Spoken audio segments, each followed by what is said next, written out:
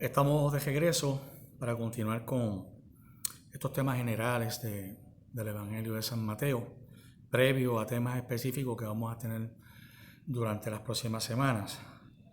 Les hablaré en esta ocasión un poco del estilo del Evangelio de Mateo, un estilo diferente al de Marcos.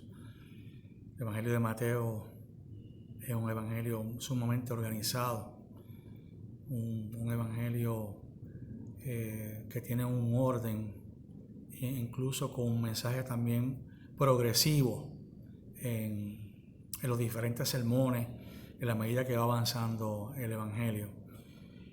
Y en el estilo, una de las cosas interesantes que él usa es el utilizar palabras ganchos para ayudar a la memoria, para que ayudar que eso se pueda retener.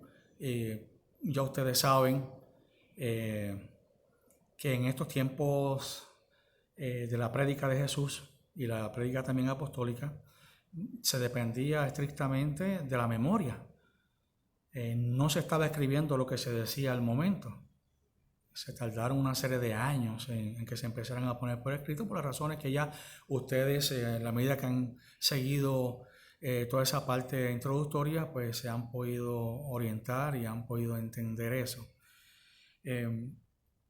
No es como nuestro tiempo, donde la memoria realmente sigue siendo importante, pero no tanto, porque hoy en una época que vivimos, en esta etapa electrónica, cibernética, ya básicamente nuestros celulares se convierten en memorias. Ahí tenemos todos los números, tenemos conferencias, videos, nuestras computadoras nos guardan toda esa información, se organiza, hay nubes donde usted puede poner material ilimitado y lo único que tiene que hacer en un momento dado, si necesita buscar alguna información, si tiene eso bien organizado, pues allí aprieta un botón, busca esa información y la tiene.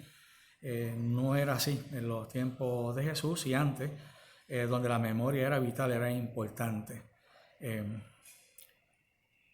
En un ejemplo, por ejemplo, en Mateo capítulo 18, versículos del 4 al 6, nos dice lo siguiente: así pues, quien se humilla como este niño, ese es el mayor en el reino de los cielos. Y el que reciba a un niño como este en mi nombre, a mí me recibe.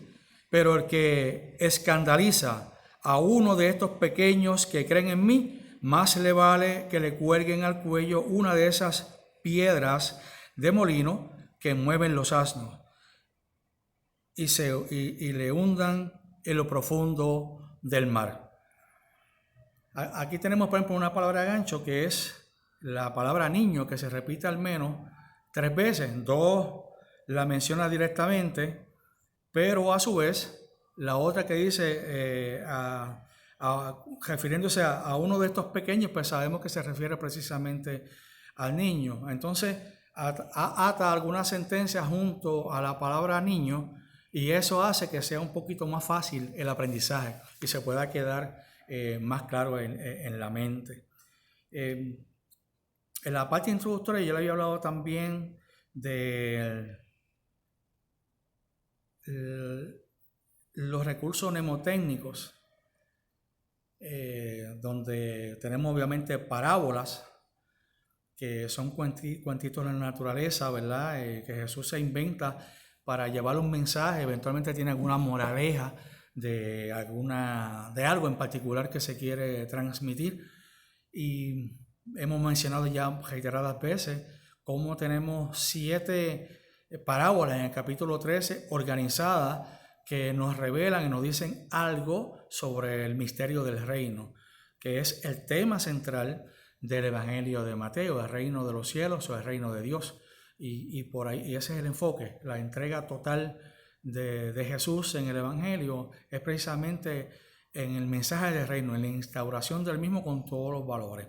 Y todos los sermones van, los grandes sermones, van dirigidos a llevar, a transmitir algo relacionado con el reino de manera progresiva.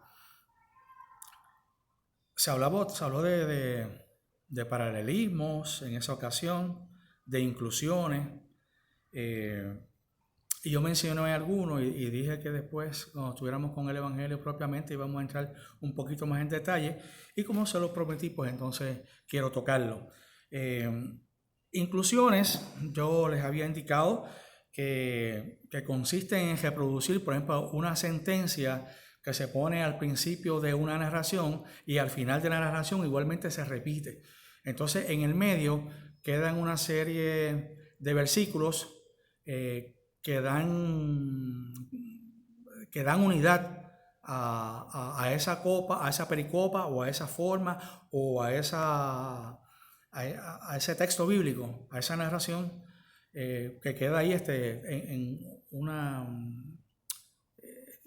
queda en el interior el mensaje de manera unitaria de lo que se quiere llevar y se culmina obviamente con la misma frase. Entonces, un ejemplo que en aquella ocasión yo les dije, y aunque no entramos del todo, era Mateo capítulo 7, versículo 16 al 18, que nos dice: por sus frutos los conoceréis. Y le hice unos ejemplos de eso, que un árbol malo no puede dar un fruto bueno, una planta de uva no puede dar guineo, por usar una comparación acá nuestra.